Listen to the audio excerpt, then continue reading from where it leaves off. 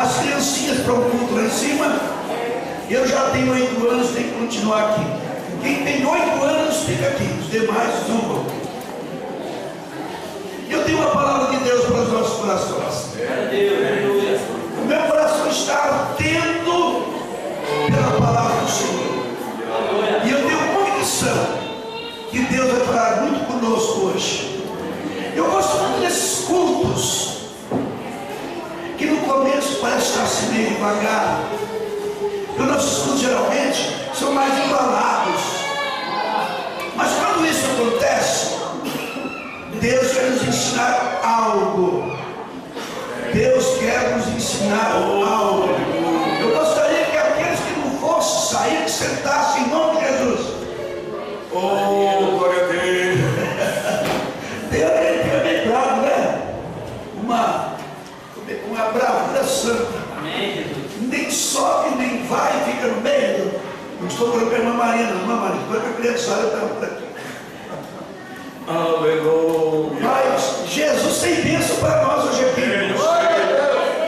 Como eu estava dizendo, aquele culto que muitas vezes é aquele culto que parece monótono, é o culto que Deus quer falar diferente. Glória a Deus.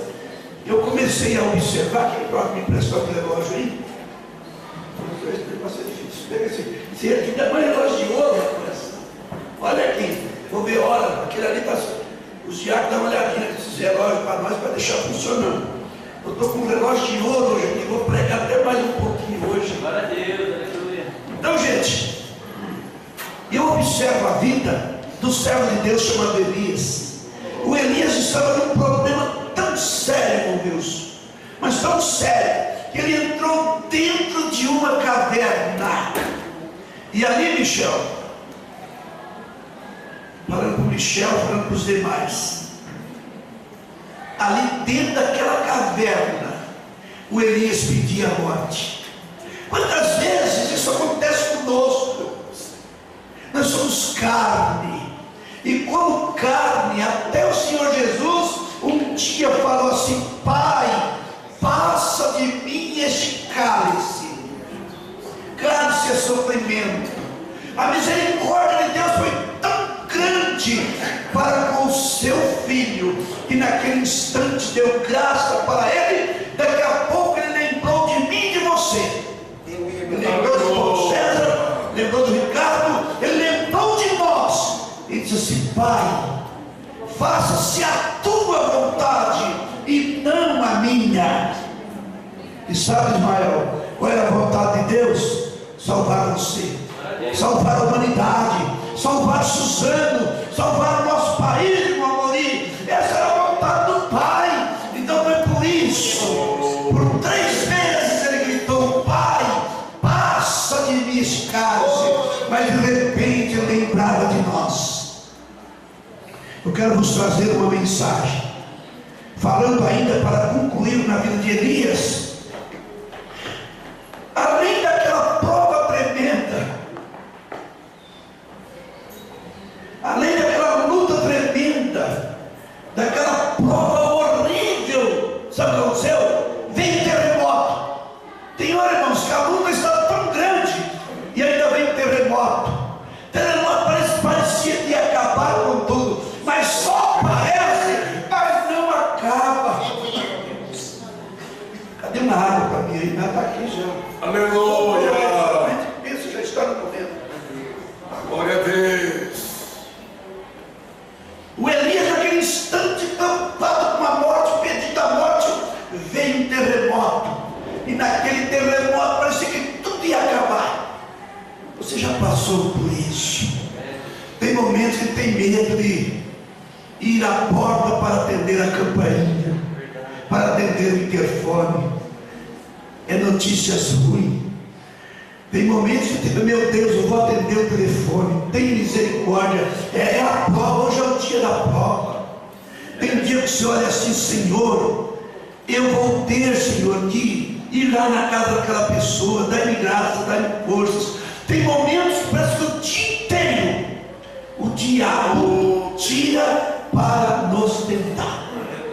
O terremoto chega com toda a força, mas Mas Deus não estava no terremoto, era apenas a sua permissão.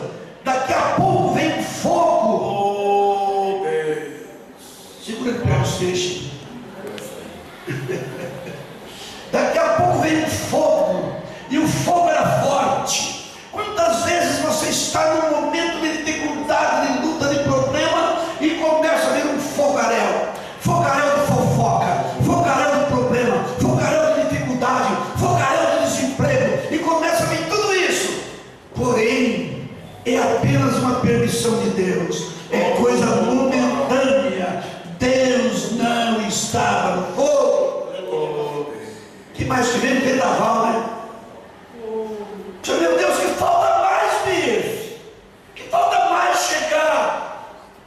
Chega a morte da família, chega as cartinhas cinzas começam a chegar. Vocês conhecem as cartinhas cinzas? Quando começam a chegar as cartinhas cinzas, é só misericórdia. Senhor, me ajuda. Sai um carteiro, daqui a pouco chega outro, daqui a pouco por telefone mesmo, daqui a pouco a mensagem de telefone. Quando é que o senhor vai acertar? E muitas vezes um elogio. Engraçado que de vez em quando chega alguém ligando para você para se encher de cartão, e pega cartão dali, cartão daqui. Vê o que esse menino quer, irmão Jesus. Eu tenho dificuldade de pregar com gente andando, gente. Oh, Deus, prospera assim na obra, Pai. Senhor, manda poder, Senhor, manda poder, opera maravilha, faz milagre aparecer. Senhor, manda poder, Senhor, manda poder, opera maravilha, faz milagre aparecer. Amém. Jesus, querido, louvado seja o nome do Senhor. Veio um vendaval. O vendaval está forte. Hein, Wesley? Tem hora que vê o vendaval forte, não tem? O vendaval vem forte. Parece que a árvore vai cair, mas a árvore está plantada nos planos do Senhor. A árvore está bem fincada no chão. Essa árvore não cai. Sabe, não cai. Existia uma árvore grande, um carvalho, e aquele carvalho, todas as rajadas que vinha, era ele que recebia, a chuva era ele que recebia, sol era ele que recebia, e ao lado dele tinha uma plantinha, uma árvorezinha pequena, que sorria de alegria. Ela não levava vento, ela não levava, por exemplo, vinha uma pedras e mais pedras, granitos, ela recebia pouco, porque a copa do outro era grande. Mas um dia, Ismael, chegou ali um serralheiro e cortou a árvore grande. Quando a árvore grande foi cortada, a pequena chorou, esperneou, gritou: agora eu vou levar sol, agora eu vou levar chuva, agora eu vou levar rajadas. Mas logo depois, ela estava na mesma altura do carvalho. Ela precisava da prova, ela precisava da luta, ela precisava da dificuldade, para na hora que chegar o vendaval, esteja bem firme. Diga comigo: e sabemos que todas as coisas contribuem juntamente para o bem daqueles que amam a Deus. Esse é o verso que me acompanha desde pequeno. Mas pequeno não sou tão grande ainda, né? Mas ainda é novinho. Romanos 8, 28. E sabemos que todas as coisas cooperam para o bem daqueles que amam a Deus e daqueles que são chamados segundo os seus decretos. Além de você ter sido chamado, foi chamado através de uma lei, e esta lei tem decreto. Você foi chamado segundo os decretos. O vendaval veio terrivelmente, mas não conseguiu tirar o nosso irmão Elias de dentro da cova que ele estava. Não conseguiu tirar ele de dentro daquele lugar terrível. Porém, daí a pouco veio uma voz mansa, uma voz suave, uma voz meiga, uma voz que só os crentes, salvos, lavados, remidos, purificados, transformados pelo sangue, só esses crentes conseguirão ouvir essa voz. É a voz do teu amado, é a voz do teu mestre, é a voz do teu Senhor. E olha a preocupação de Deus, através da mansidão, através da tranquilidade. Ele disse assim: Elias, que fazes aqui? Elias, por que você está nesta situação? Que fazes aqui, Elias? E começa, até parece que Elias era membro da igreja evangélica Assembleia de Deus da Vila Morim. Aquele negócio que nós vemos, já sabemos, reclamação de crentes, que nós somos o povo que mais reclamamos, mas de barriga cheia. Nós temos um Deus, nós temos um Espírito Santo, nós temos um Jesus que morreu por nós, e mais uma coisa, nós temos o nosso nome escrito no livro da vida. E muitas vezes nós reclamamos de tudo e de todos. Assim estava o nosso irmão Elias, e ele fala com Deus: ó Deus, eu não sou melhor do que meus pais, pode me matar, acaba comigo logo, Senhor.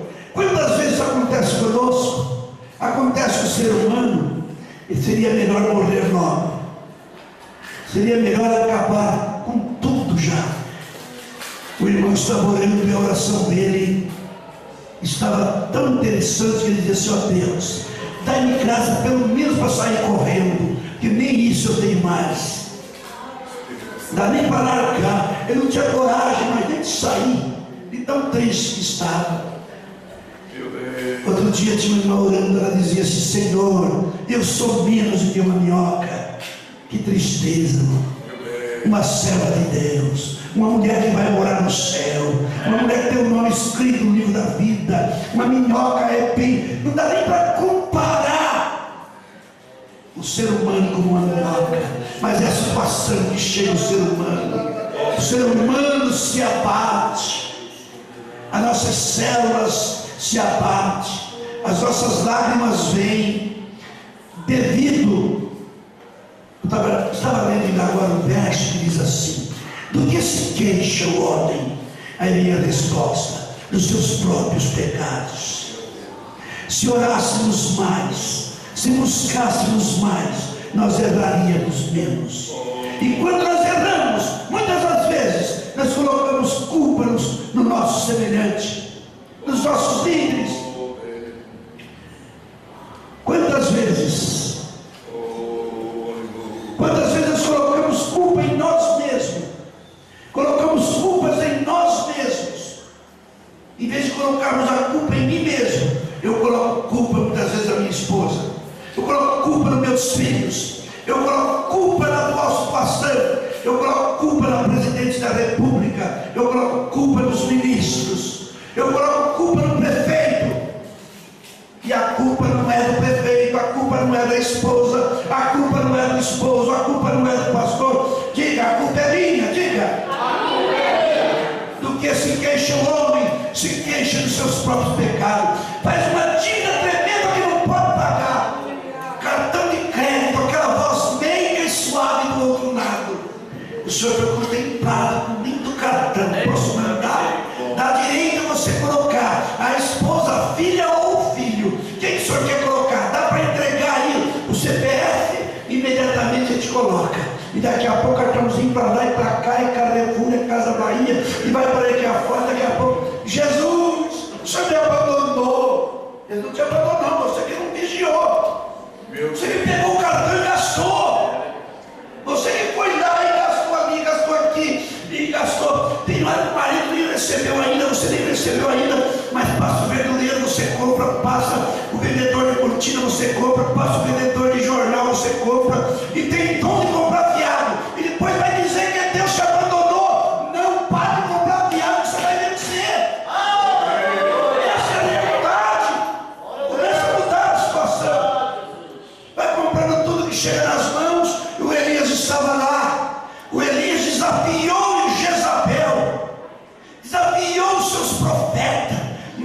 os 150 profetas, mas daqui a pouco vem uma mulher e o coloca na parede. Quantas vezes você tem gás, você cresce tanto que você olha, a sua fé dá para vencer qualquer coisa, mas no outro dia você é menos do que um pigmeu. Tem dia que você está 100 graus, outro dia você está 0 grau. Isso faz parte do ser humano. O homem que matou entre os 150 profetas, agora ele entra numa caverna, e naquela caverna ele pede a morte. Ele fala com Deus: ó Deus, eu não sou melhor que meus pais, chegou a minha hora, eu quero ir, Senhor, eu quero ir embora, Senhor, eu quero sair daqui, eu não quero mais morar aqui. E de repente o Senhor diz: Elias, você está tão enganado. Sinta Deus colocando a mão no seu ombro agora e dizendo para você: meu filho, eu não te deixei, eu não te abandonei. Minha filha, você está equivocada. Meu filho, você está equivocado. Eu nunca te deixei, eu sempre te ajudei. E mais uma coisa, minha filha, mais uma coisa, meu filho, que eu estou te dizendo nessa hora. Isso é Deus dizendo: você não está só. Eu vou repetir por 3 vezes: você não está só. Você não está só. Você não está só. A luta pode ser grande e pesada, mas Ele diz para você: você não está só. Tem hora que você olha para a direita e não vê ninguém, você olha para a esquerda e não vê ninguém, mas está assim, ó, de gente orando por você. É no Japão, é na Coreia, é nos Estados Unidos. Deus é tão bom que o ciclo, ó, parece que não muda, parece que não muda. Quando é tal hora aqui, é tal hora, já é 12 horas, 24 horas no outro lugar, para ter sempre gente orando, clamando, pedindo e buscando a presença do Senhor. Aleluia. Então, meus prezados irmãos, Graças a Deus. você não está só. E Deus falou com Elias: Elias, eu reservei, naquela época, eu reservei 7.000. Existe 7.000. Quantos mil? 7.000. Naquela época tinha 7.000 que estavam ao lado do nosso irmão Elias. E agora quantos mil já existe? Quantos milhões, milhares e milhares já existe? Você não está só. O tema da mensagem que queremos trazer esta noite: curvas no caminho da vida. Qual é o tema? Quando eu estava dirigindo a igreja de Santa Catarina, eu pegava sempre aquela avenida, aquela BR, Régio Bittencourt, que é uma extensão da Dutra. E ali é cheio de curva em determinados caminhos, determinadas passagens, cheio de curvas. Agora duplicado, está bem melhor. E um dia, quando eu estava passando por ali, Deus me deu essa mensagem: curvas, lugares de curvas. Você não enxerga muita coisa numa curva. Está em Mauri, que é o caminhoneiro nosso aqui, né? Uma curva, quando ela é bem acentuada, não dá para fazer, não dá para ver o que tem lá na frente.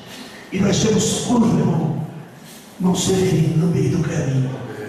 Tem momentos que a gente procura a terra nos pés e não acha, como diz o nortista.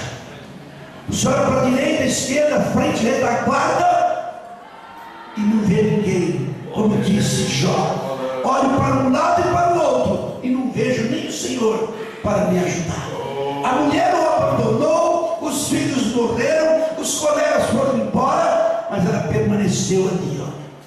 Ele permaneceu ali.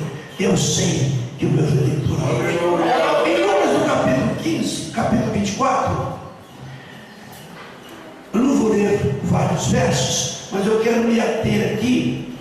Em primeiro lugar, no versículo 13, curva do desânimo. 24:13 de Mateus.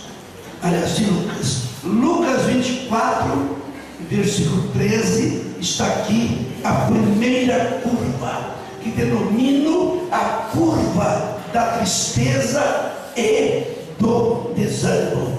Repita comigo: curva da tristeza e do desânimo.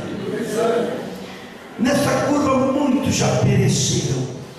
E eis que no mesmo dia iam 2 deles para uma aldeia que distava de Jerusalém 60 estádios, cujo nome era Emaús. E o verso 14 diz que eles iam falando entre si de tudo o que havia sucedido.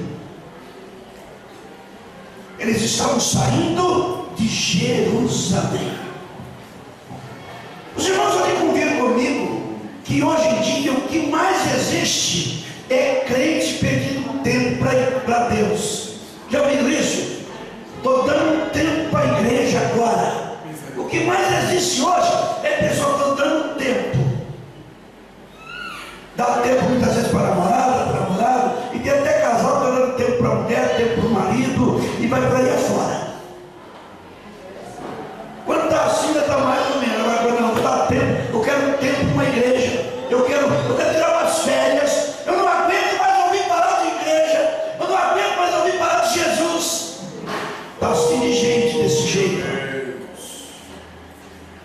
E eles saíram do palco dos acontecimentos, um dos mais belos da história.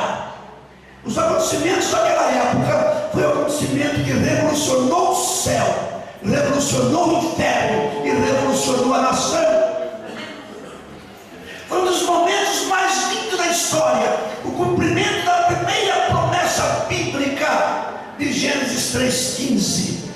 Da semente da mulher eu tirarei um que pisará a cabeça do diabo, pisará a cabeça da serpente. Era o cumprimento daquela profecia.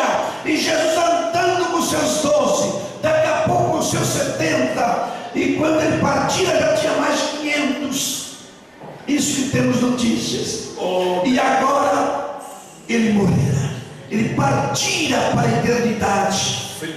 Ele e os discípulos esqueceram. Gente, como nós somos fáceis de esquecer as coisas. Esquecemos com tanta facilidade. Na pia batismal aqui, nós juramos fidelidade, nós juramos obedecer a doutrina da igreja, nós juramos obedecer o pastor, e daqui a pouco nós estamos, já estou indo embora, estou dando tempo, já estou saindo fora, já saí, chega. E assim estavam esses 2 irmãos. A Bíblia diz que um era Cleopas, o outro a Bíblia não afirma o seu nome, mas o certo é que eles falaram: vamos dar um tempo. Um deles disse assim: eu tenho uma casinha lá em Emaús, a casinha está desocupada, vamos tirar uma férias em Emaús, vamos deixar o palco dos acontecimentos. Em nome de Jesus, meus irmãos, não abandone o palco dos acontecimentos, não abandone o lugar de cada dia. Você ouve a profecia, cada dia você ouve a mensagem, cada dia você ouve a palavra, cada dia você ouve os ensinamentos do Pai. Não abandone a profecia, não abandone a doutrina, não abandone os ensinamentos que Deus tem para você. A coisa mais interessante que existe, meus irmãos, na face da terra, é você não sair do palco dos acontecimentos. Nas igrejas evangélicas, você sabe as coisas fresquinhas dos céus e sabe as coisas fresquinhas aqui da terra. Será que eu estou errado em dizer isso? Aqui você pega de primeira mão as primeiras coisas que estão acontecendo. Muitos pensam que os crentes não são inteligentes, mas o povo mais inteligente da face da terra são os crentes. Quando as coisas começam a acontecer lá fora, a igreja está orando há muito tempo. Você está clamando, pedindo, principalmente as irmãs de oração. Estão sempre ali, buscando o Senhor. Você pensa que a igreja não sabe, mas as irmãs que são membros da igreja já estão sabendo. Você pensa que tudo está obscuro, mas Deus já sabe. 3 dias antes Jesus havia falado que importava que ele fosse morto e sepultado, mas que ao terceiro dia ressuscitasse. E eles esqueceram. Um foi pescar, outros foram juntos, e 2 vamos para Emaús. E entraram aqui na primeira curva. E eis que no mesmo dia 2 deles iam para uma aldeia que distava de Jerusalém 60 estádios, cujo nome era Emaús. Triste, cabisbaixo, amargurados, pensativos.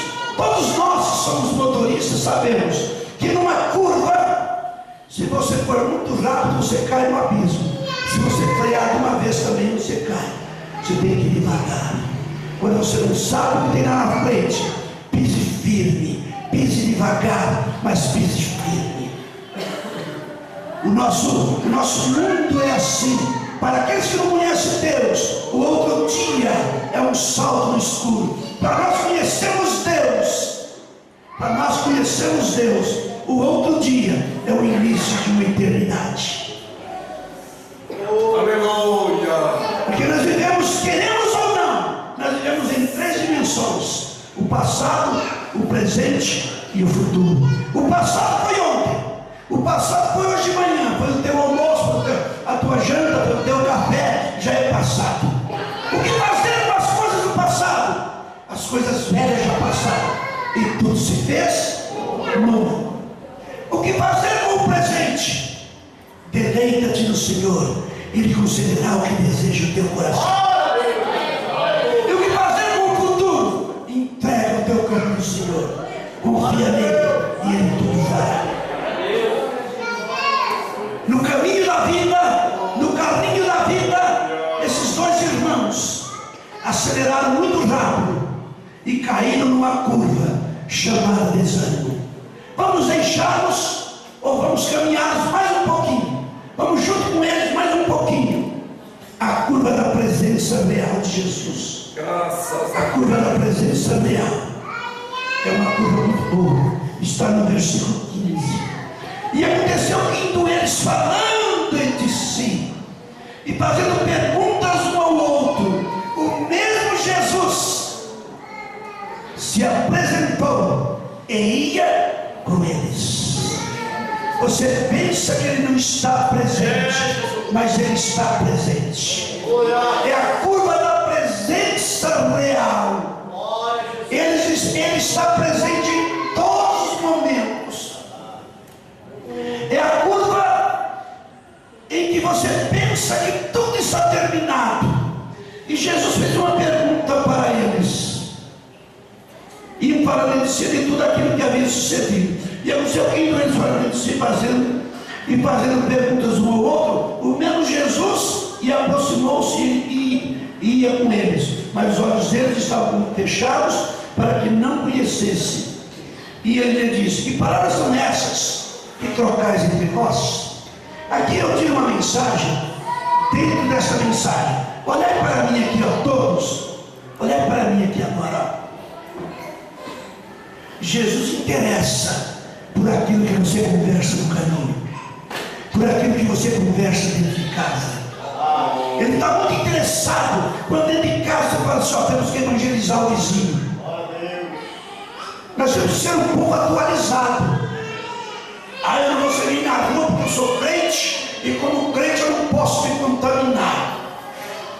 Acobertado pelo sangue de Jesus, você pode entrar até no inferno e você sair mesmo de lá. Mas acobertado pelo sangue, fazendo a vontade de Deus.